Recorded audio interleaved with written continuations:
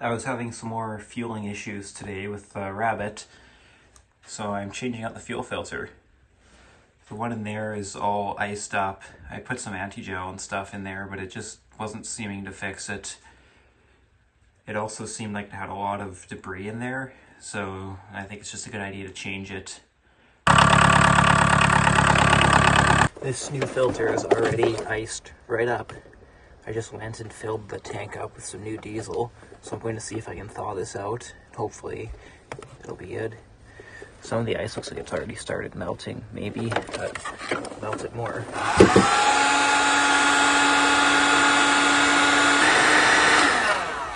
That looks a lot better.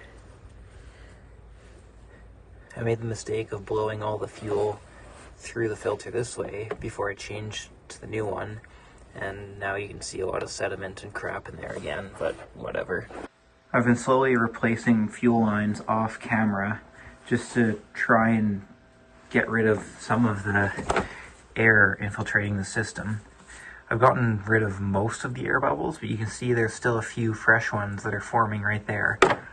I believe that is caused by this line right here that's original. I just spliced onto it because I wanted something to quickly test with when I was bypassing this, which seemed to be letting in some air.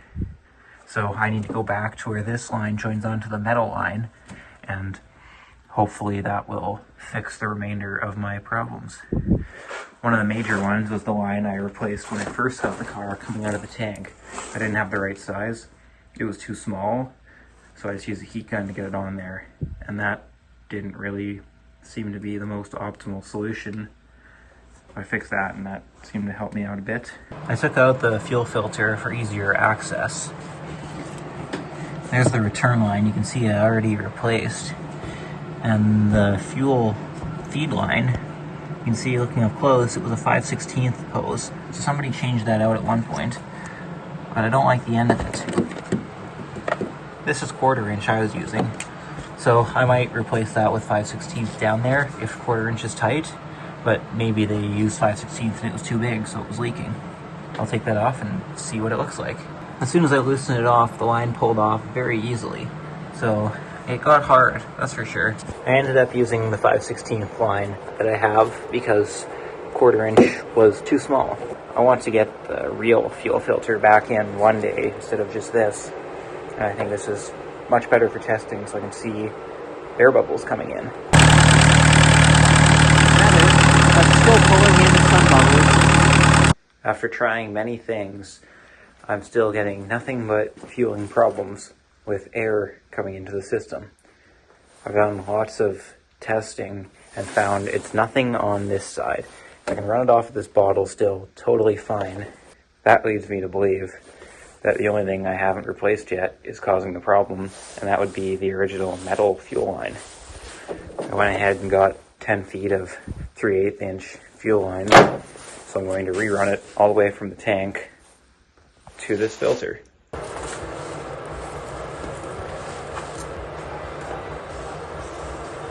Well, this thing's on there really good.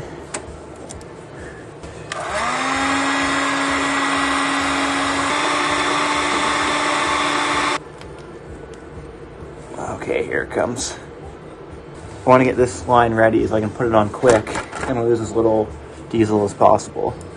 But this line is also very cold now from sitting on the floor, so I'm going to try to warm it up as well.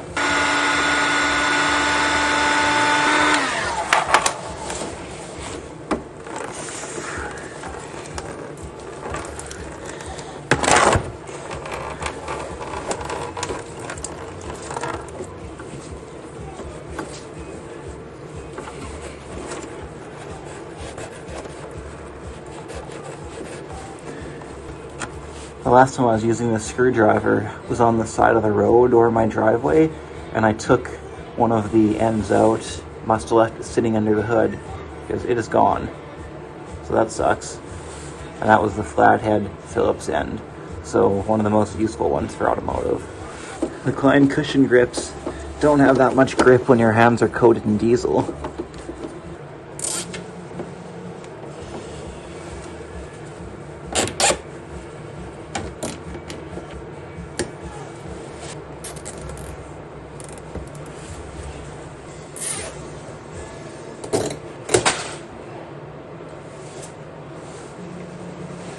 that's quality when they just snap.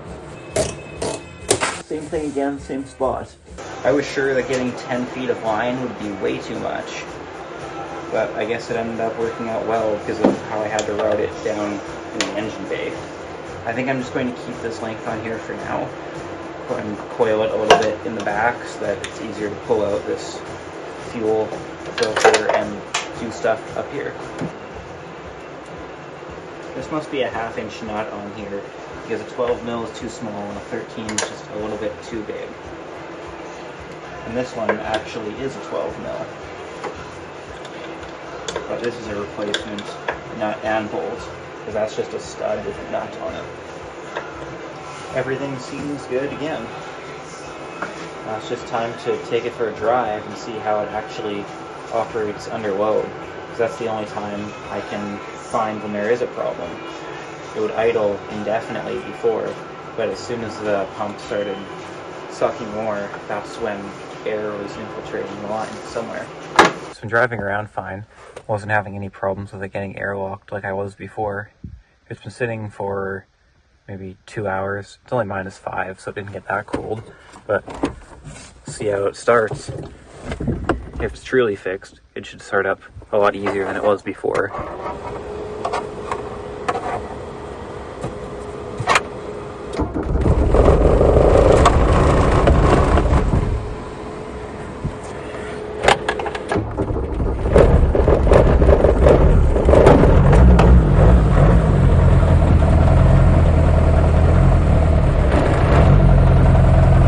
Started up pretty well. Just died the first time because I didn't have enough heat to keep it from rolling.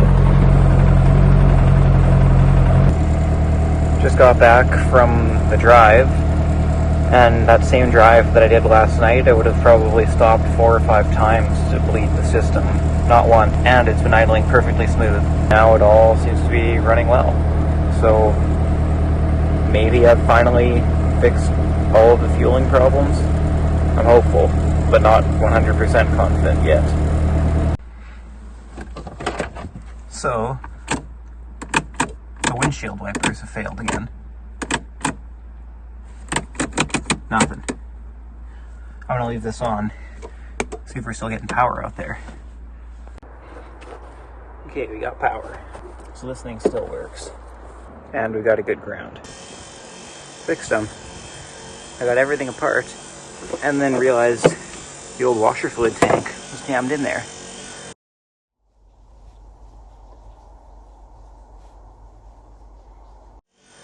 So now I gotta put this all back together. I just added some snow for lubrication, because I know these were really hard to move on their own before. Let's see if they work. Perfect. I didn't really like how fast this motor was going, how much current it was drawing.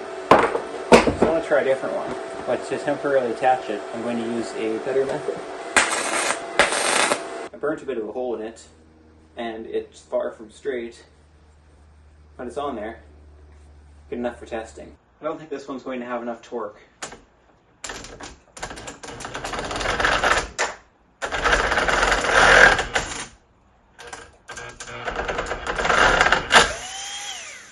The little motor was an absolute failure, so I welded the shaft onto the bigger motor, and we'll see how that works.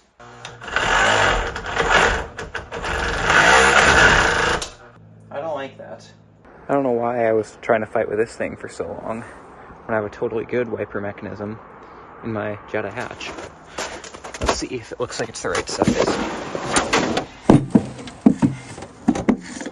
It's smaller.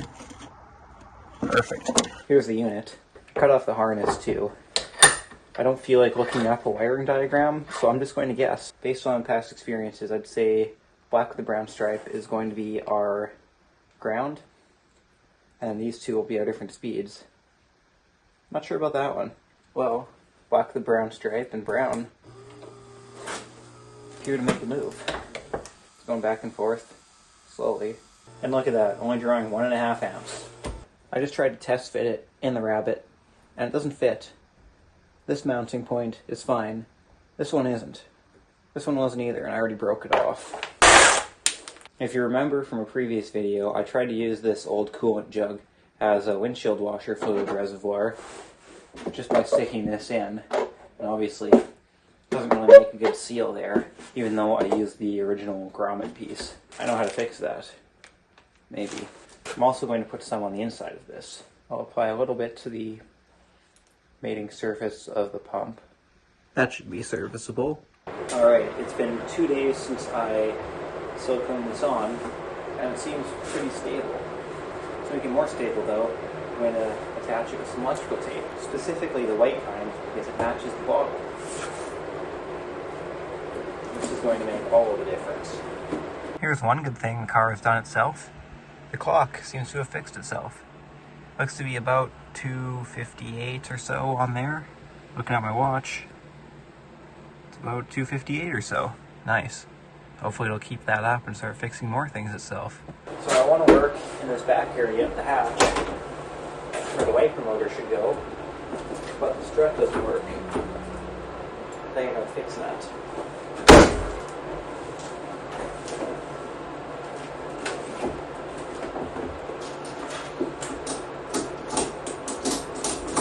Oh yeah, I totally forgot about this. Just moved right onto the hatch. Sorry about the heater running, kind of loud, but it's cold in here. I had it turned right down. It's not -5 outside, it's colder than that, but the nearly 2 degrees is not overly optimal for working. I was going to say while I watch for leaks, I'm going to put it in here, but by the time I grabbed that catch pan, it was already leaking. Oh, it's not leaking. I stuck the hose on there. It's not the right size, but it seems to have stopped the leaking for now. Now, I'm running into a problem. This doesn't quite fit through there. I do have a solution in mind, though. It's called a step bit. I didn't like the size of the steps on that one, so I grabbed 2 different ones. Hopefully one of these will do what I want.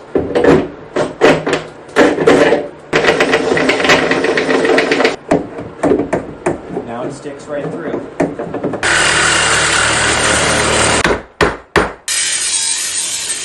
So my plan with this is to weld it onto the motor mechanism and then bolt it on here. The original mount is too far away, so I can't use it.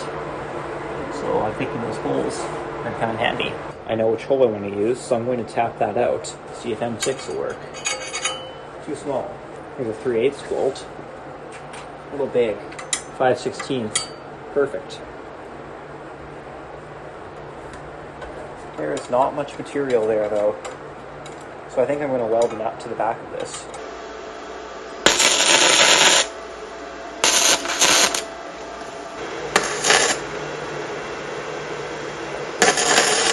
Okay, I tried to tack it on very carefully so I didn't get the inside too hot. I think I'm going to let it cool down a little bit and add another one on that side and fix this one because it didn't quite make the cut. Here's what I ended up with.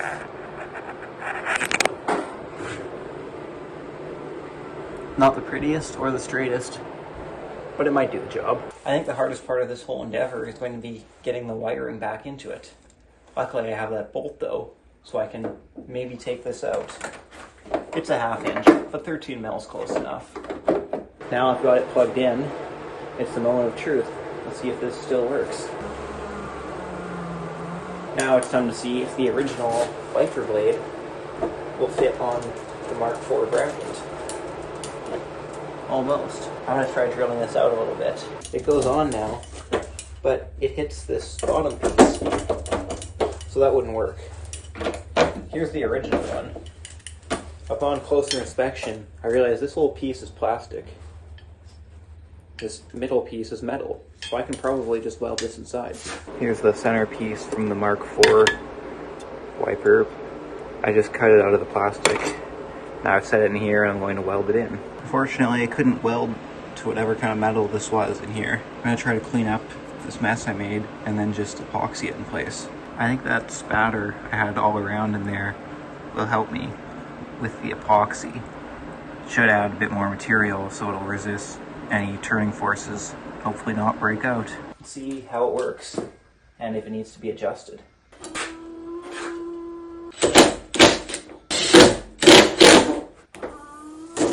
Whoa. That has a lot more travel I gotta think about this for a while. That's the end of this one. Still running well. I just need to continue thinking on what I want to do for the rear wiper. It's fine for now, but I don't want it going all the way over and ending up down there. Maybe I'll sort that out in the next video.